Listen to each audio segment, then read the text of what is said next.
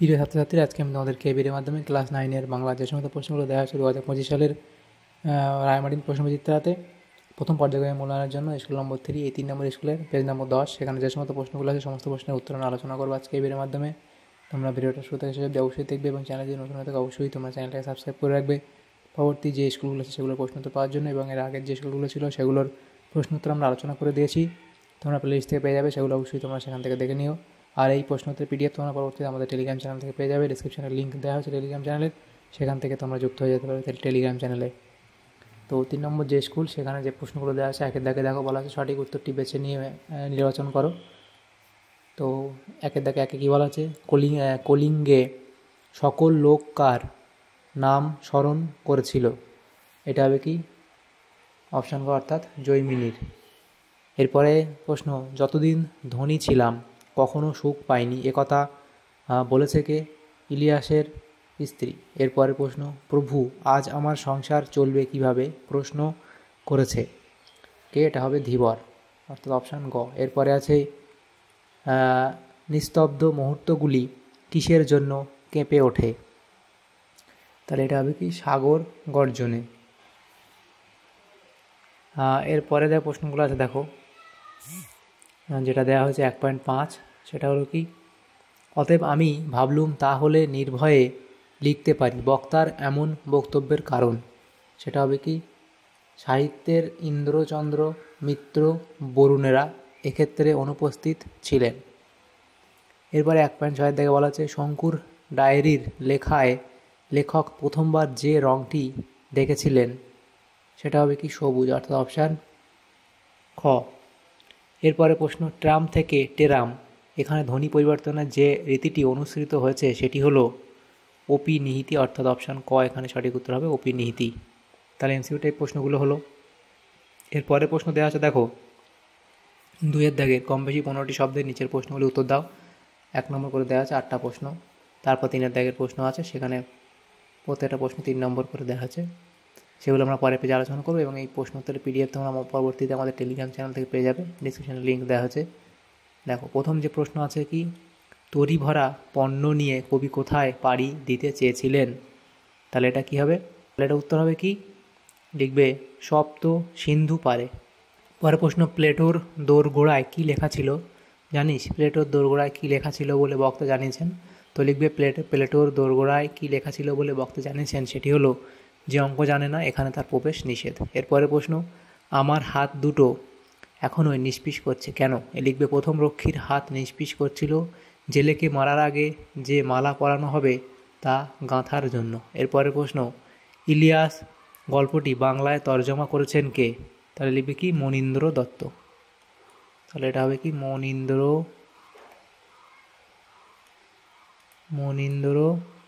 দত্ত।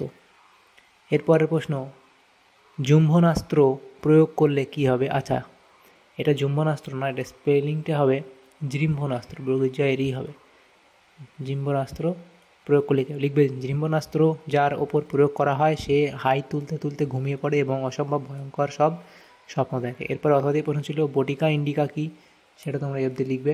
এরপরে জিজ্ঞাসা শব্দটির উৎপত্তি নির্ণয় করো, সেটা লিখবে। এরপরে দেখো 2.7 অনুসর্গ কাকে বলে, লিখবে যে সমস্ত অব্যয় পদ কোনো বিশেষ্য বা সর্বনাম পদের পরে বসে কখনও বিভক্তির কাজ করে, কখনও বিভক্তির সঙ্গে এক হয়ে পূর্বপদের কারকের অর্থ প্রকাশ করে, কখনও তুলনা বা সাদৃশ্য বোঝাতে ব্যবহৃত হয়, তাকে অনুসর্গ বা পরাসর্গ বা কর্ম প্রবচনীয় বলে। এরপরে প্রশ্ন, মুকুন্দ চক্রবর্তীর কবি কঙ্কন উপাধির কারণ কি? মুকুন্দ চক্রবর্তীর কবি কঙ্কন উপাধির কারণ কি, সেটা তোমরা এফতে লিখবে। এরপরে 3-এর দাগে বলা আছে কম বেশি 60 শব্দে নিচের যে কোনো একটি প্রশ্ন উত্তর দাও। 3 নম্বর করে আছে একটি প্রশ্ন। তো প্রথম প্রশ্ন বলা আছে প্রলয় গুনিয়া প্রজা ভাব এ বিষাদ, এখানে প্রজাদের বিষাদের কারণ কি? তো প্রজাদের বিষাদগ্রস্ত হওয়ার কারণ বলে পয়েন্ট করে তোমরা অবধি লিখবে। এরপরে প্রশ্ন, নোঙরের কাছি বাঁধা তবু এ নৌকা চিরকাল, নৌকা কেন চিরকাল নোঙরের কাছিতে বাঁধা সেটা বিধি লিখবে। এরপরের প্রশ্ন দেখো 4-এর দাগের প্রশ্ন, কম বেশি 60 শব্দের নিচের যে কোনো একটি প্রশ্ন উত্তর দাও। এখানে 3 নম্বর দেওয়া আছে প্রশ্নমান একটা প্রশ্ন, দুটো প্রশ্ন উত্তর করতে দেওয়া হয়েছে, একটা উত্তর করলেই হবে। 5-এর দাগের প্রশ্ন আছে কি, এখানে প্রশ্নমান 5 নম্বর দেওয়া আছে, সেগুলো দেখো। তো 4-এর দাগের প্রথম প্রশ্ন ছিল ইলিয়াসের অতিথি বৎসলতার কথা স্মরণ করে তার খুব দুঃখ হলো। যার দুঃখের কথা বলা হয়েছে তার দুঃখ নিবারণের জন্য মোহাম্মদ শাহ কী করলো, তো মোহাম্মদ শাহ কী করলো সেটা তোমরা এখান থেকে এই অবধি লিখবে। এরপরে 4.2 দাগের প্রশ্নে, সে স্বর্গের চাইতে লক্ষ যোজন দূরে থাকায় আমরা নিরাপদ বোধ করতুম, এরকম মনে করার কারণ কি সেটা অবধি লিখবে।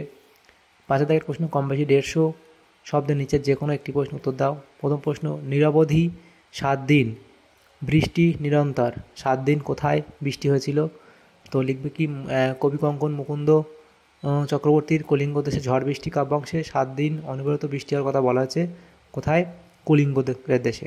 এর ফলে প্রজাদের কী দুর্দশা হয়েছে সেটা তোমরা এই অবধি লিখবে যে কী কী সমস্যা হয়েছিল।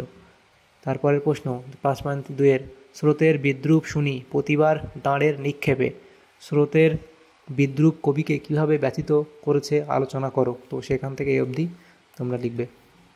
6 দাগের প্রশ্ন, কম বেশি 150 শব্দ উত্তর দাও।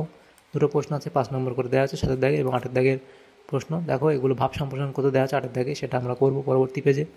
তো 6.1 দাগে বলা আছে, আমি তাকে 10 টাকায় বিক্রি করেছিলুম, এই উক্তিটির আলোকে সুকুমার চরিত্রটি আলোচনা করো, তো লিখবে মাস্টারমশাইকে ভয় ও ভক্তি সুকুমারের এবং আত্মগ্লানি ইত্যাদি পয়েন্টগুলো এখানে করবে। এই অবধি লিখবে, যেহেতু 5 নম্বর দেওয়া আছে একটু বেশি করে লিখতে হবে। পরের প্রশ্ন ছিল 6.2 ধীবার বৃত্তান্ত নাট্যাংশে ধীবারের চরিত্রকে যেভাবে পাওয়া যায় তার নিজের ভাষায় লেখো, তাহলে ধীবারের পরিচয় দেবে প্রথমে তোমরা, এখানে এই অবধি পরিচয় দেবে। তারপরে বিনয়ী এই অবধি লিখবে, সত্যবাদী পয়েন্ট করে লিখবে এই অবধি। তারপর পেশার প্রতি শ্রদ্ধাশীল সে কতটা ছিল সেটা অবধি লিখবে।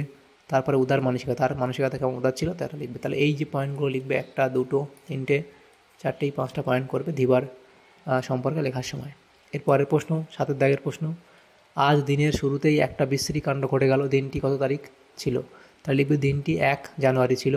বিশ্রী কাণ্ডটি কী ঘটেছিল, তাহলে বিশ্রী কাণ্ডটি সেটা এই অবধি তোমরা লিখবে সেটা কী ঘটেছিল।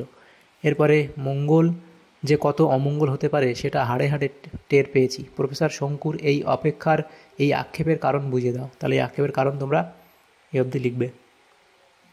এরপরে প্রশ্ন 8 দাগে বলা আছে, কম বেশি 125 শব্দে ভাব সম্প্রসারণ করো, তাহলে কী লেখা ছিল, মেঘ দেখে কেউ করিস নে ভয়, আড়ালে তার সূর্য হাসে, তাহলে এটা যেমন দেওয়া আছে এই অবধি সেটা তোমাদের লিখতে হবে। তাহলে এখানে আকাশে মেঘ দেখে ভয় পাওয়ার কোনো কারণ নেই, মেঘের আড়ালেই রয়েছে সূর্যের আলোকরশ্মি, এভাবে তোমরা শুরু করবে। তারপরে ঘন কালো মেঘ সূর্যকে ঢেকে অন্ধকার করে দেয়, চরাচর ভয়াবহ দুর্যোগ আর বিপদের পূর্বাভাস বয়ে নিয়ে আসে, এভাবে তোমরা শুরু করে এই অবধি তোমরা লিখবে লাস্ট, তাহলে তোমাদের এই অবধি তোমাদের এই প্রশ্ন উত্তর হয়ে যাবে। তাহলে দেখো আমাদের এখানে যে প্রশ্নগুলো ছিল সমস্ত প্রশ্ন উত্তর আমরা আলোচনা করলাম 3 নম্বর স্কুলে ক্লাস 9-এর বাংলার। তোমাদের যদি ভিডিওটা সামান্য উপকার এসে থাকে অবশ্যই একটা লাইক করবে, আর বেশি বেশি করে বন্ধুদের সাথে শেয়ার করবে, এবং চ্যানেলে নতুন হলে অবশ্যই তোমরা চ্যানেলকে সাবস্ক্রাইব করে রাখবে পরবর্তী স্কুলগুলো প্রশ্ন উত্তর পাওয়ার জন্য। Thanks for watching.